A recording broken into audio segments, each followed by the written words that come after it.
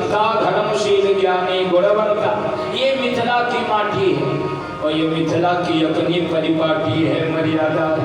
जहाँ एक भी अवगुण ना दिखे वही हमारी माँ की जन्म धरती है। बोलिए मिथिला धाम की जय। आदिशक्ति पराम्बा जगदम्बा की धरती है और जीवन में अगर आप चाहते हैं कि हमारी बुद्धि निर्मल हो तो किसके चरणों का आश्रय लें? जनक सुता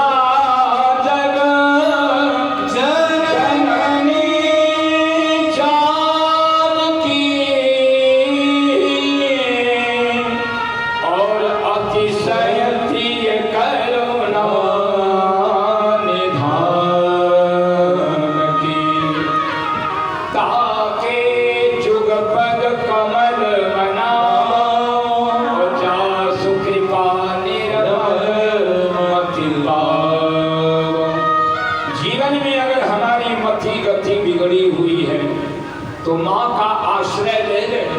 और जीवन में जीव जब हम आप पैदा होते हैं तो मेरे मुंह से पहली बार निकलता है माँ। क्यों? इसलिए कि इस माँ ने ही सारी सृष्टि को उत्पन्न किया है।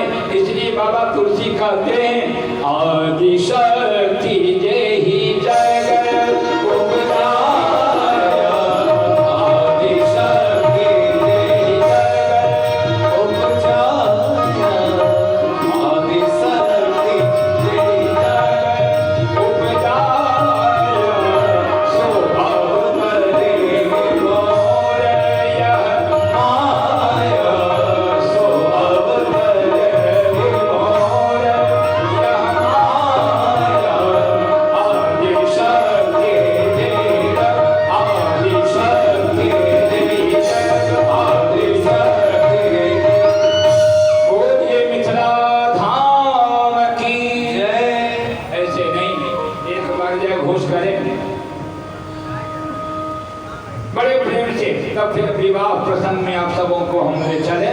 पदों के माध्यम से संतों के द्वारा जो रचित है, बड़े प्रेम से भाव श्रद्धा से जय घोष करें। बोलिए मिथिला धाम की जय।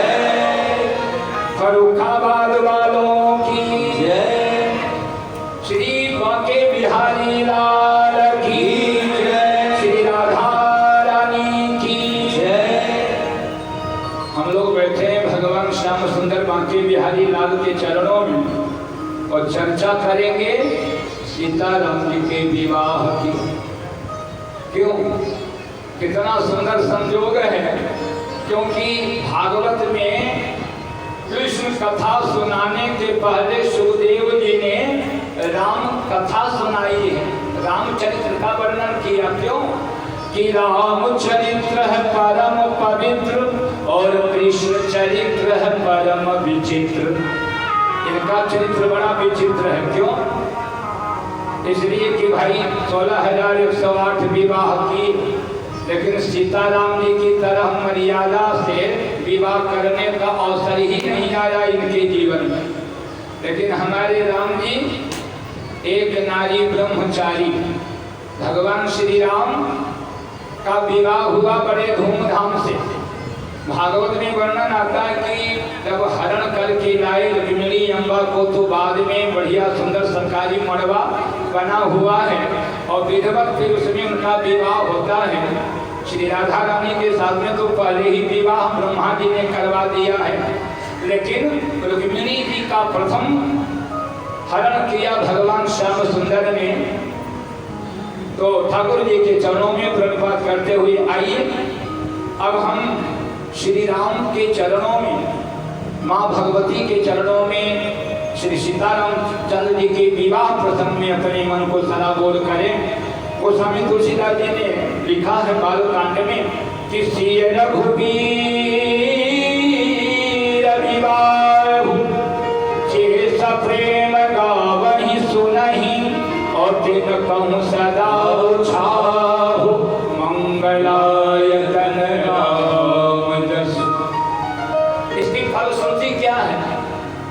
बालकांड की फलश्रुति है सिय रघुबीर विवाह जे सप्रेम गावहि सुनहि। केवल हम लोगों के लिए नहीं लिखा कि जो गाएगा उसी को सारा फल मिलेगा। तो आप सुन रहे हैं तो पूर्ण फल के भागी हिस्सेदार आप भी होंगे, इसके आधे शेयरदार आप भी हैं।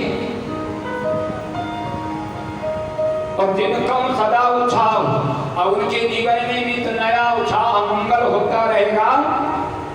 जो इस विवाह प्रसंग में जो गाता है, जो सुनता है, तो संतों के द्वारा जो रचित पद है, आइए उसके अनुसार हम मिथिला की धरती पर ले चले आपको।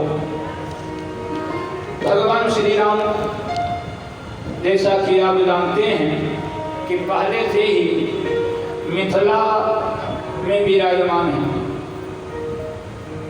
और मिथिला की महिमा का वर्णन किया है, नगर पूरे प्रांत का महिमा का वर्णन किया है। परम प्रिय पावन तिरुहुत देश, जहाँ जन्मी विदेह तनया श्री सीता मंजुल वेश, जासो पावन भरे रघुनंदन रघुकुल कमल दिनेश। भगवान श्री राम भी पावन कहाँ हुए, उनको सौभाग्य कहाँ मिला, कहा जब मिथिला की धरती से उनका स्पर्श हुआ। अच्छा, अहिल्या जी का उद्धार पहले क्यों नहीं किया उन्होंने? लेकिन जब बक्सर की धरती बिहार प्रांत में है, जहाँ विश्वामित्र जी का सिद्धाश्रम था और पूज्यपाल श्रीमन नारायण जी महाराज भक्तमाली श्री मामा जी, जो सीता जी को अपना बहन मानते थे और श्री राम जी को अपना जीजा मानते थे, जिनके हजारों पद लिखे थे, तो उन्होंने ऐसे संतों का बड़ा सुंदर भाव है इसमें कि जासो पावन भय रघुनंदन रघुकुल कमल दिनेश, जागवलक गौतम कनाग मुनि कौशिक कपिल दुजेश, यागवलिक गौतम कणान। ऐसे ऐसे सिद्धस्थ बड़े बड़े संत महात्मा मिथिला की उस पावन भूमि पर हैं, इसलिए कि जहाँ माँ भगवती का जन्म हुआ।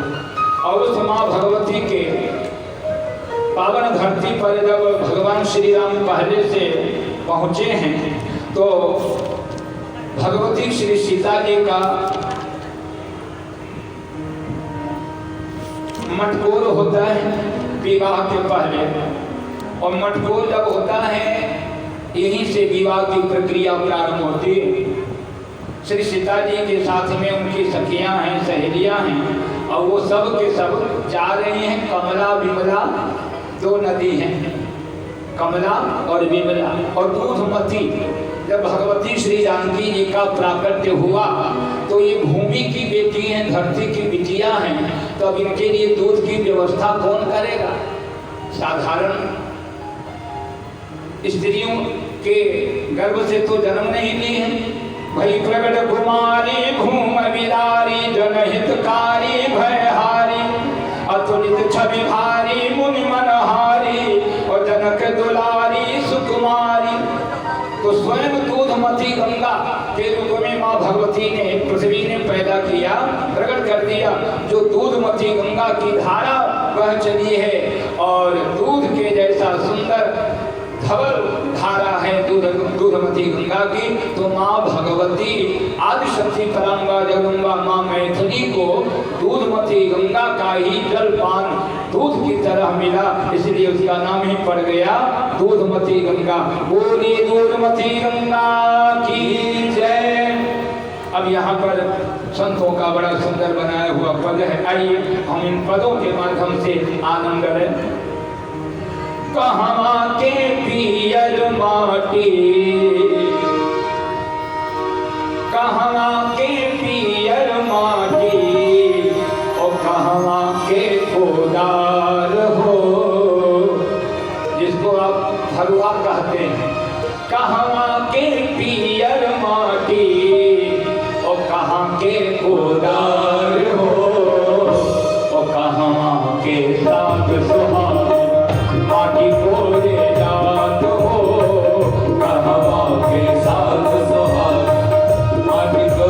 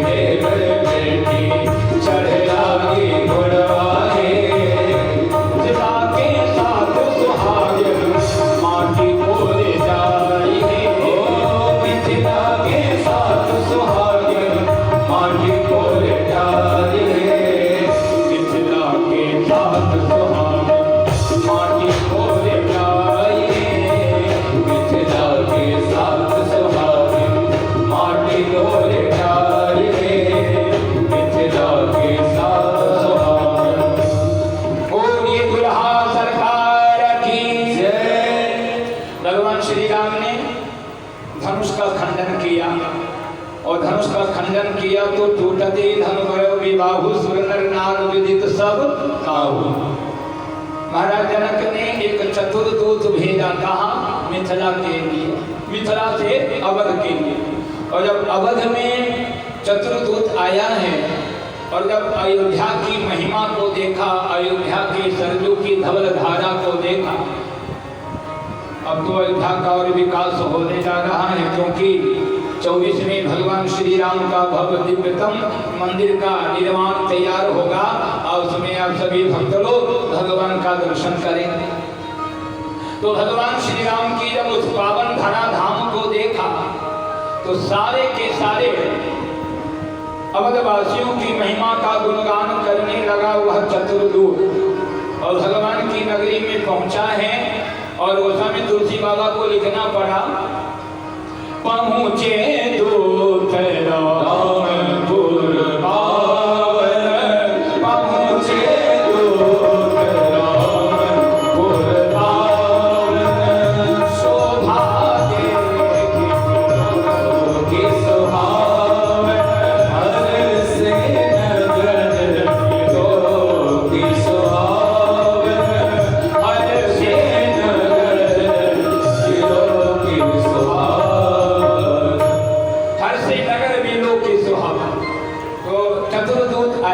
अयोध्या में। और महाराज दशरथ के यहाँ गया, पाती दिया। और महाराज दशरथ को जब पाती दिया तो महाराज दशरथ ने उस पत्रिका को लिया और पढ़ने लगे।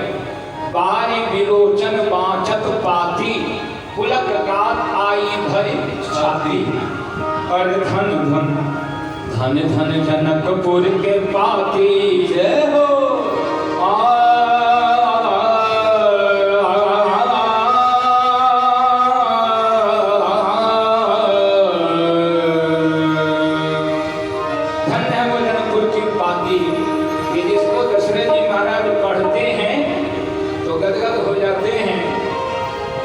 और जब से राम जी को विश्वामित्र जी लेके गए तब से आज उनको ये सूचना मिल रही है कि राम जी अयोध्या से जाकर के विशाल अजगव का धनुष का खंडन किया। और इस पत्र में पूरा समाचार लिखा हुआ है, शुरुआत से लेकर के अंत तक, कि कैसे अहिल्या का उद्धार किया। ये सारा विवरण लिखा है उसमें। धन धन जनकपुर के पाती, अवधपुर की छाती।